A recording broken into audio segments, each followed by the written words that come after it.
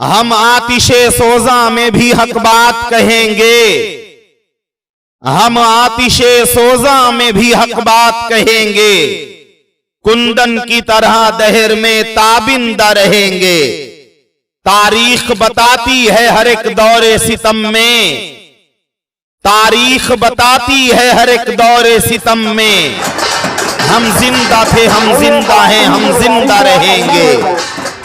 आज बरोज जुमा शाम में 7 बजे से अंसार जमात खाना के बुनकर लॉन्स में जनता दल सेकुलर के नए सदर के इंतखाब के लिए एक अजीमुशान जलसा-ए-आम मुनक्किद होगा।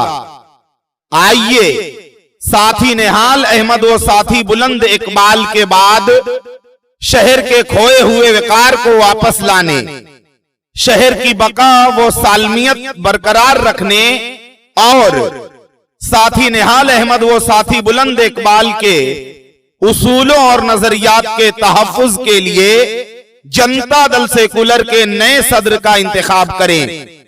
अहलियाने शहर और पार्टी हमदर्दों से गुजारिश है कि ज्यादा से ज्यादा तादाद में शिरकत करें। पार्टी में शामिल होने वाले नए लोगों का इस्तेकबाल भी किया जाएगा।